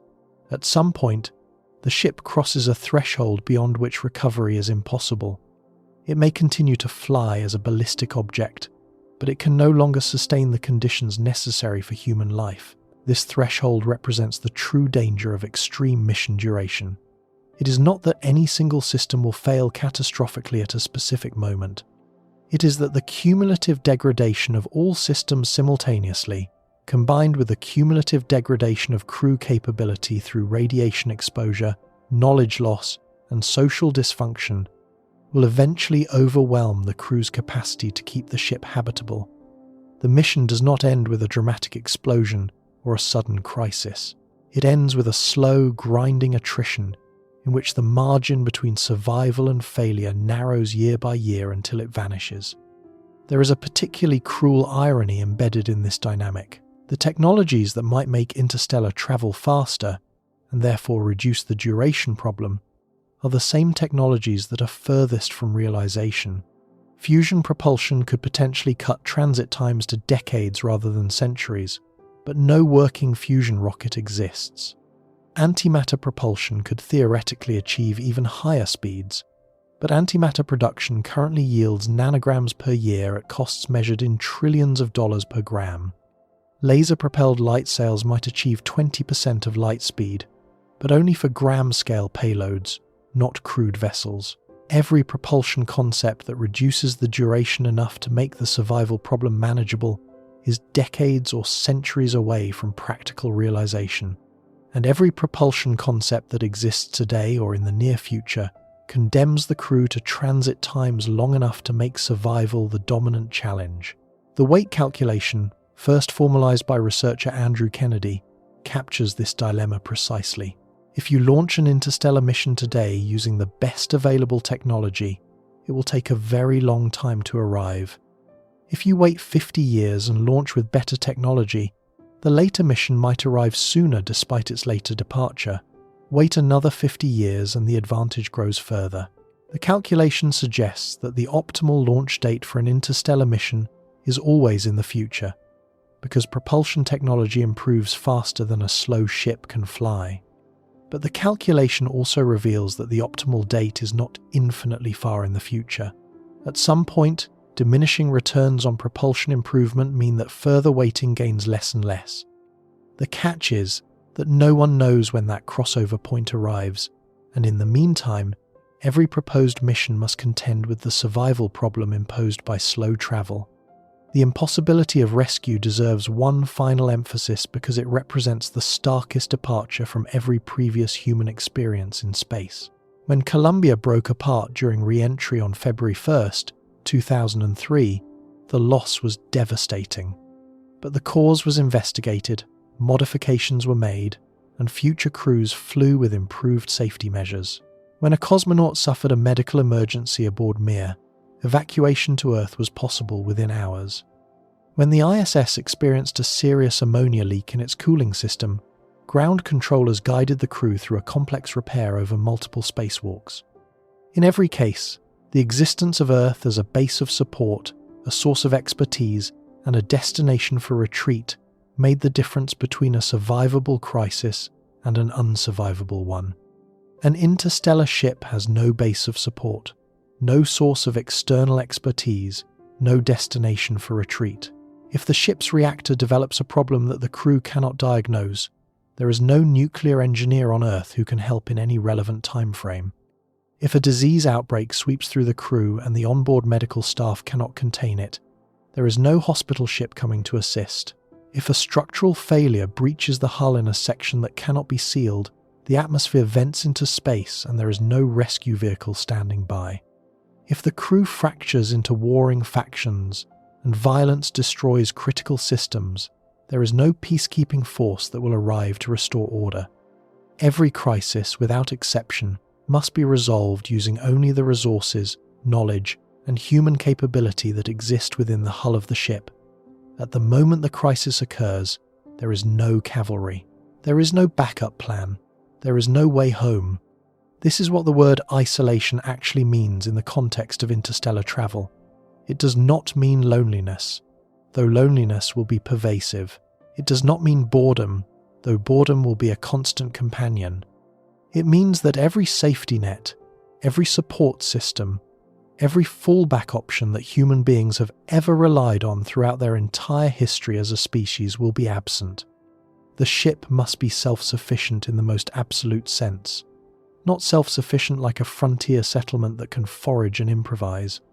Self-sufficient like a sealed terrarium floating in a void, where nothing comes in, nothing goes out, and the system either sustains itself through its own internal processes or collapses and dies. The mission, then, is not really a journey in the way that word is normally understood. A journey has a traveller who moves through environments, encountering new conditions, gathering new resources, adapting to new challenges. An interstellar transit is the opposite. The environment never changes. The void outside the ship is the same in year 1 as it is in year 100. No new resources appear. No new opportunities arise. The only thing that changes is the condition of the ship and its inhabitants, and by every measure that matters, that condition deteriorates over time. The ship gets older, the equipment gets weaker, the crew gets more irradiated, more knowledge depleted, more socially strained, more psychologically worn. The mission does not fail because something dramatic happens. The mission fails because nothing dramatic happens for so long that the quiet accumulation of 1,000 small degradations exceeds the crew's capacity to cope. A seal that was replaced late, a crop rotation that was slightly miscalculated, a dispute between 2 crew members that was never properly resolved, a technical manual that was not updated after a repair changed the system configuration, a child who was never adequately trained in water purification chemistry. Each of these is minor in isolation. Together, across decades, they form the slow erosion that threatens to dissolve the mission from within. And yet even this picture, as bleak as it is, does not capture the full depth of what an interstellar mission would demand from its human participants. The physical threats attack the body. The operational threats attack the ship and its systems. The social threats attack the crew's ability to function as a cooperative community. But beneath all of these lies a final layer of threat that is perhaps the most profound and the most difficult to address. It is the threat to meaning itself. The threat that the mission, even if physically and operationally successful, might lose its purpose somewhere in the void between the stars. That the people aboard the ship might survive in every biological and technical sense while losing the very thing that made the mission worth attempting. That the ship might arrive at its destination carrying living human beings who no longer understand why they came, who no longer feel connected to the civilization that launched them, and who may no longer be, in any meaningful psychological or cultural sense, the same species that dreamed of reaching the stars. The physical and operational challenges of interstellar travel are immense, but the deepest challenge may not be keeping the crew alive. It may be keeping the mission human. There is a thought experiment that scientists working on interstellar mission concepts return to again and again, because it exposes the nerve at the center of the entire enterprise. Imagine that every engineering problem has been solved. Imagine that a ship has been built with a propulsion system capable of reaching 10% of light speed. Imagine that its life support achieves near-perfect closure. Imagine that its hull withstands the bombardment of galactic cosmic radiation well enough to keep the crew alive, if not entirely healthy. Imagine that it carries enough spare parts, raw materials, and manufacturing capability to maintain itself for the duration of the transit. Imagine that it launches with a carefully selected crew of several hundred people, screened for physical health, psychological resilience, and technical competence. Imagine that everything that can be engineered has been engineered to the highest standard humanity can achieve. The journey to Proxima Centauri at 10% of light speed takes roughly 43 years. A crew that departs in their 20s arrives in their mid-60s. This is, on paper, the most optimistic, plausible scenario for a crewed interstellar mission. 1 generation. No need for children to inherit the mission. No need for centuries of social continuity. The same people who launch the ship land it, or at least decelerate it into orbit around the target star. It sounds almost manageable. It sounds like a problem that willpower and good planning could overcome. But even in this best-case scenario, the crew that arrives would not be the crew that departed. 43 years of continuous exposure to galactic cosmic radiation, even partially mitigated by the best conceivable shielding, would leave measurable marks on every person aboard. Research conducted through NASA's Human Research Program and at facilities like the Brookhaven National Laboratory has established that charged particle radiation at space-relevant doses causes structural changes in the brain. Dendritic spines, the microscopic projections that form the connection points between neurons, thin and retract. Synaptic density decreases. Neuroinflammation persists long after exposure. In animal models, these changes correlate with measurable deficits in learning, memory, spatial navigation, and the ability to distinguish between familiar and novel stimuli. Over 43 years, the cumulative neurological impact could be profound. The crew members who arrive in the Proxima Centauri system would be in their 60s, an age at which cognitive decline from normal aging is already a concern. Layer radiation-induced neurological damage on top of normal aging, and the result is a crew whose collective cognitive capacity has been significantly degraded. The sharpest minds aboard the ship, the engineers and scientists and physicians most needed for the critical arrival phase, would be operating with diminished faculties at precisely the moment the mission demands peak performance. Orbital insertion, system assessment, deployment of surface probes or habitats, and the 1,000 decisions that accompany arrival at an alien star system would fall to people whose brains have been quietly damaged by 4 decades of particle bombardment. The cancer burden would compound this. Over 43 years of deep space radiation exposure, a statistically significant fraction of the crew would develop malignancies. Some would be treatable with onboard medical resources if those resources were sufficiently advanced. Others would not. The crew would arrive at their destination carrying not just the triumph of having crossed interstellar space, but the biological cost of having done so. Some of them would be ill, some would be cognitively impaired. Some, inevitably, would have died during the transit from radiation-induced disease, accidents, or medical conditions that exceeded the ship's treatment capability. The crew roster that arrives would be shorter and sicker than the one that departed. And this is the optimistic scenario. This is the version where the propulsion technology works, where the transit takes only one human lifetime, where the same generation that launches the mission completes it. The moment you extend the timeline beyond a single human lifespan, everything described so far intensifies by orders of magnitude, and entirely new categories of threat emerge. A mission lasting 150 years, plausible with advanced nuclear pulse propulsion at perhaps 3 to 5% of light speed, spans roughly 5 human generations. The crew who launched the mission will die aboard the ship. Their children will be born aboard the ship, grow up inside it, raise their own children, grow old, and die without ever seeing the destination.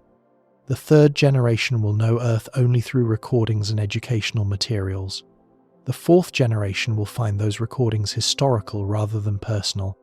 The fifth generation, the one that might actually arrive, will have no living connection to the world that built the ship, the culture that conceived the mission, or the values that motivated the journey. They will be products of the ship's internal culture, whatever that culture has become after a century and a half of total isolation. The question of what that culture would become haunts every serious analysis of generation ships. Human cultures are not static. They evolve continuously under the influence of new experiences, environmental pressures, contact with other cultures, technological change, and the creative unpredictability of individual human beings. A culture sealed inside a ship and cut off from all external influence would still evolve, but its evolution would be shaped entirely by the closed environment of the vessel. The pressures would be unique. The experiences would be limited. The absence of contact with other human societies would remove one of the primary drivers of cultural development throughout human history. Historical analogies offer fragments of insight, but no complete picture. The Polynesian expansion across the Pacific involved small populations colonizing remote islands and developing in relative isolation for centuries. These communities experienced cultural drift, developing distinct languages, customs, and belief systems on each island. Skills that served no purpose in the new environment were lost within a few generations. The populations remained biologically human, but their cultures diverged significantly from their origins. A generation ship would face similar pressures but under far more extreme conditions.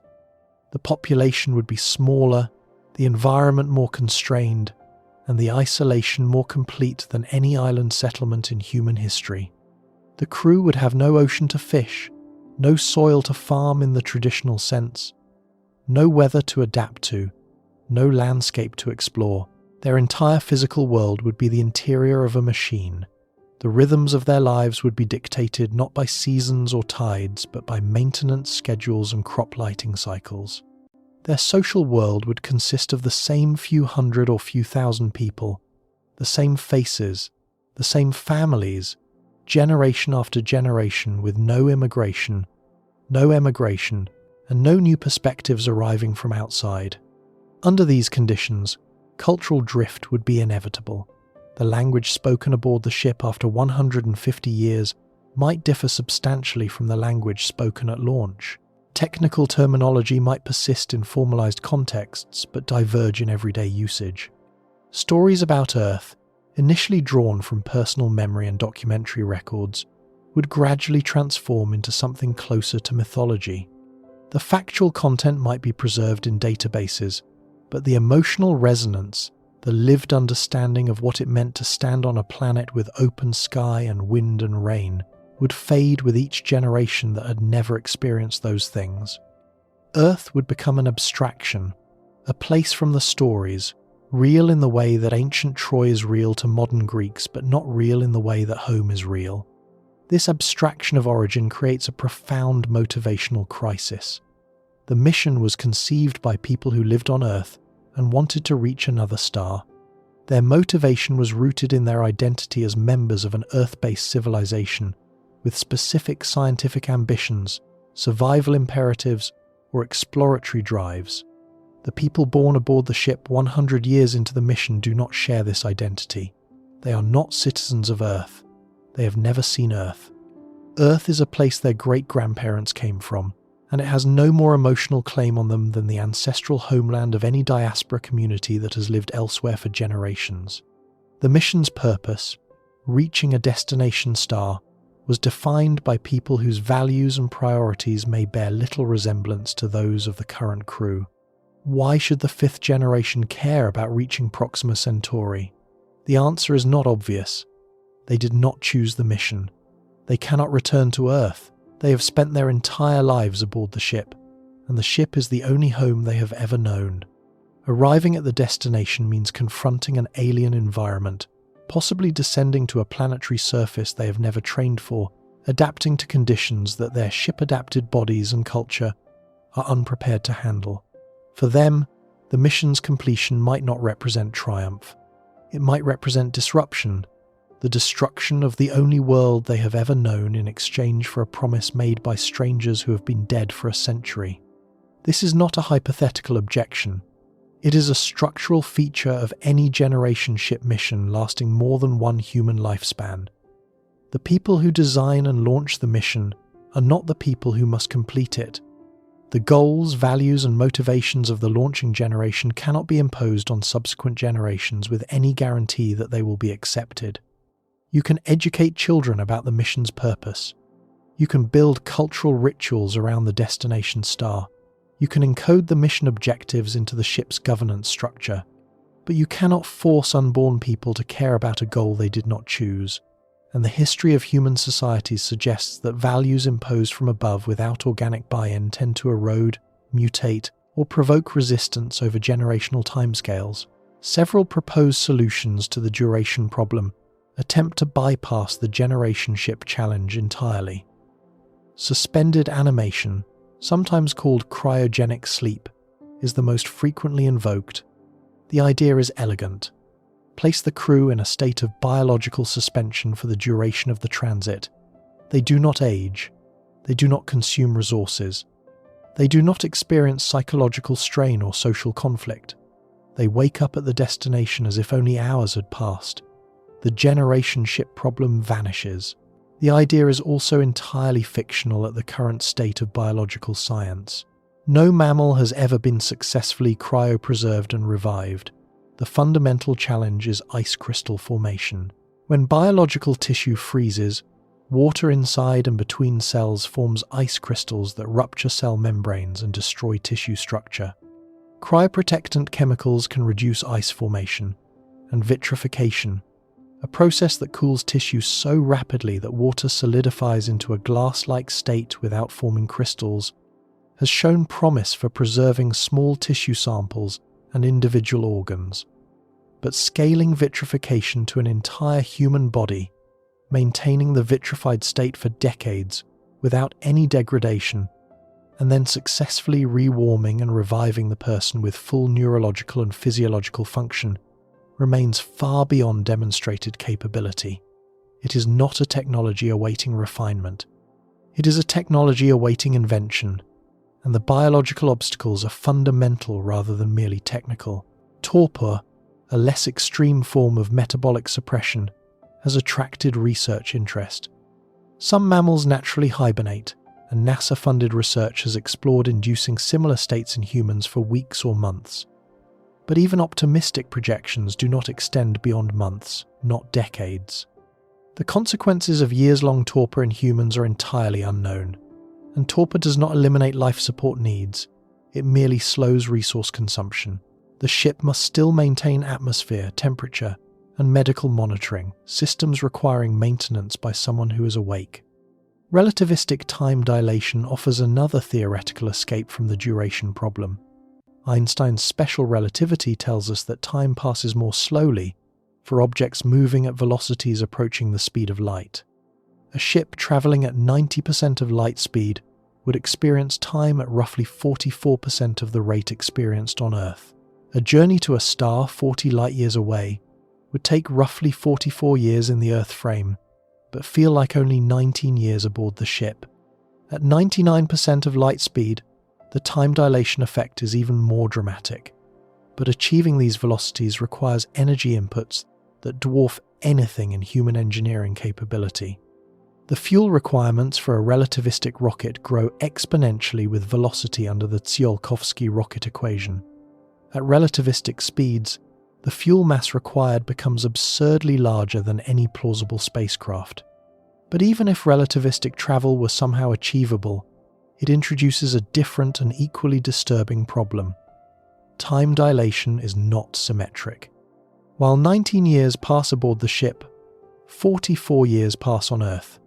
If the ship travels at even higher fractions of light speed, the disparity grows. At 99.9% of light speed, a journey that feels like a few years aboard the ship could correspond to decades or centuries on Earth. The crew arrives at their destination young and healthy, but the civilization that launched them has aged by generations. The people they knew are dead. The institutions that funded the mission may no longer exist. The cultural context that gave the mission meaning may have transformed beyond recognition. The crew experiences something unprecedented in human history. A one-way journey not just through space but through time. They become temporal exiles, disconnected from their own era, arriving in a future that may have no place for them and no memory of why they were sent. This temporal disconnection undermines one of the core assumptions of any mission, the assumption that there will be someone to report back to, someone who cares about the results, someone who validates the sacrifice. A relativistic crew that returns to Earth after what felt like a few years of travel might find a planet that has moved on, that has developed better technology, that has perhaps already colonized the destination star, using methods invented after the crew departed. The weight calculation applies with particular cruelty here. The crew sacrificed years of their lives, endured radiation and isolation and confinement, only to arrive at a destination that a later, faster mission reached first. Their sacrifice was not just unnecessary, it was rendered meaningless by the progress of the civilization they left behind. Artificial intelligence offers yet another proposed solution. If human beings cannot survive the journey, perhaps machines can manage the ship while the crew sleeps, or perhaps machines can make the journey alone, eliminating the need for human survival altogether. Robotic interstellar probes are far more feasible than crewed missions, precisely because they eliminate the biological survival problem. A machine needs no air, food, or social interaction. It can be designed for radiation tolerance, powered by long-lived nuclear sources, and programmed to operate autonomously for decades. But a robotic mission is not a human mission. The question we have been asking is not whether humanity can send a camera to another star, it is whether human beings can survive the crossing. And the proposal to replace the human crew with artificial intelligence, while pragmatically sensible, concedes the central point. It acknowledges that the interstellar environment may be fundamentally incompatible with human survival over the required timescales and substitutes machine endurance for human resilience. The ship arrives. The data is collected, but no human being has crossed the void. No human eyes see the alien sunrise. The experience, if it can be called that, belongs to a machine. Some theorists have proposed a middle path. Send embryos or genetic material rather than living humans. A robotic ship carries frozen embryos to the destination, gestates them using artificial wombs upon arrival, and raises the resulting children using AI systems programmed to provide education and cultural transmission. The first generation of humans at the new star would be born there, not transported there. This approach sidesteps the transit survival problem entirely, but raises questions so profound that they border on the philosophical.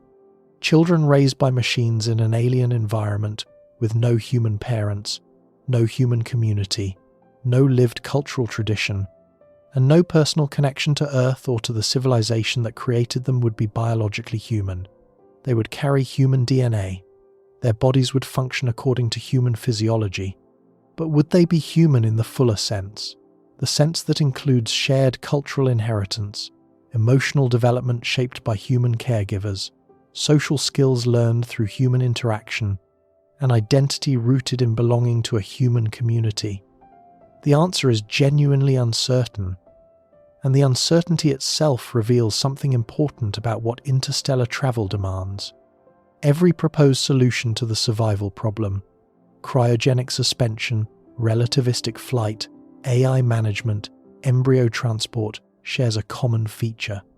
Each one solves the engineering challenge by altering or removing the human element.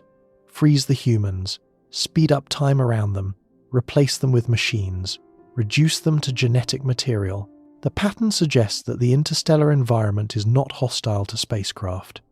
It is hostile specifically to human beings and to the conditions that human beings require not just to survive biologically, but to exist as recognizably human creatures with functional minds, coherent societies, and meaningful lives.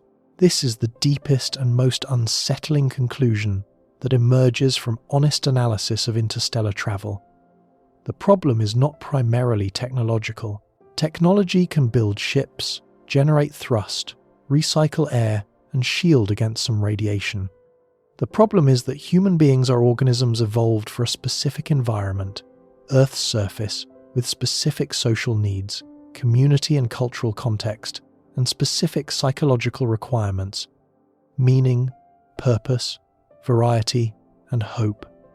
An interstellar mission strips away every one of these supports and replaces them with confinement, monotony, isolation, radiation, and a timescale that exceeds the psychological and social endurance of any known human community.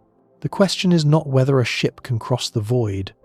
Given sufficient engineering, sufficient energy, and sufficient time, a ship almost certainly can.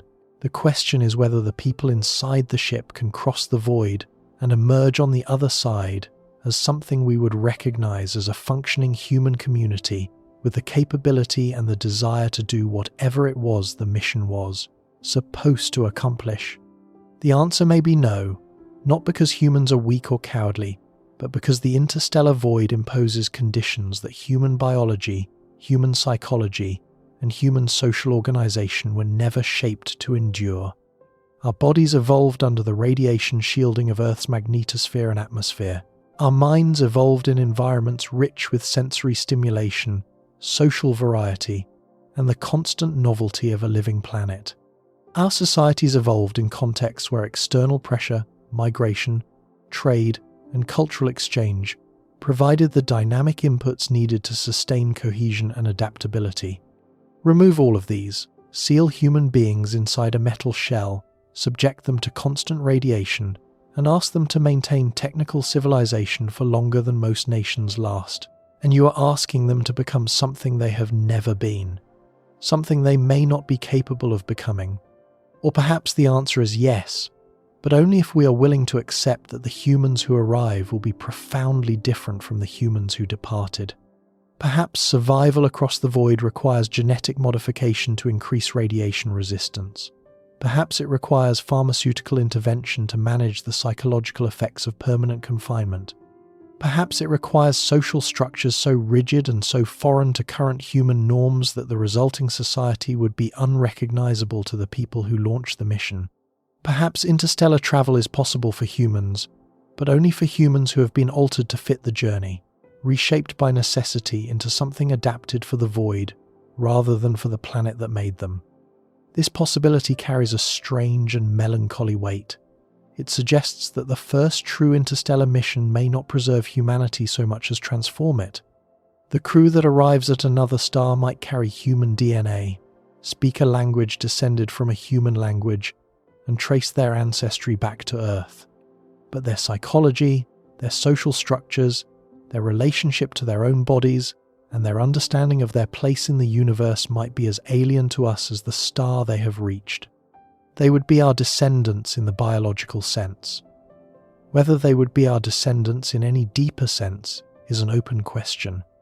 And that question illuminates what is perhaps the most terrifying truth about interstellar travel. It is not that the journey might kill the crew. Death is a risk that explorers have always accepted. It is that the journey might change the crew into something unrecognizable while leaving them technically alive. That the ship might arrive at its destination carrying living, breathing human organisms who have lost the cultural memory, the psychological stability, the social cohesion, or the cognitive capacity that would make their survival meaningful. That the mission might succeed by every measurable criterion: distance travelled, destination reached, crew alive, while failing in the one way that matters most. The people aboard the ship might no longer understand what they were supposed to accomplish or why anyone thought it mattered. The void between stars is not just empty space. It is a filter. It strips away everything that is not essential to bare physical survival and asks whether what remains is enough to sustain a human mission across timescales that dwarf human experience. The radiation attacks the body. The isolation attacks the mind. The duration attacks the society. And the silence, the absolute, permanent, unbroken silence of interstellar space, attacks something even deeper. It attacks the sense of connection, of belonging, of meaning that human beings derive from knowing they are part of something larger than themselves. On Earth, that something larger is everywhere. It is the civilization that surrounds us, the history that precedes us, the future generations that will follow us, the natural world that sustains us, and the sky full of stars that inspires us. Aboard an interstellar ship, centuries from home, all of that collapses into a single point. The ship is the civilization, the crew is the history and the future, the recycled air is the natural world, and the stars outside the window are not sources of inspiration. They are a reminder of how far you are from everything that ever made you human.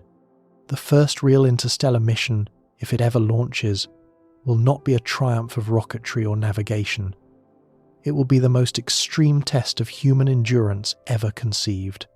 Not endurance in the physical sense, though that will be tested beyond any precedent.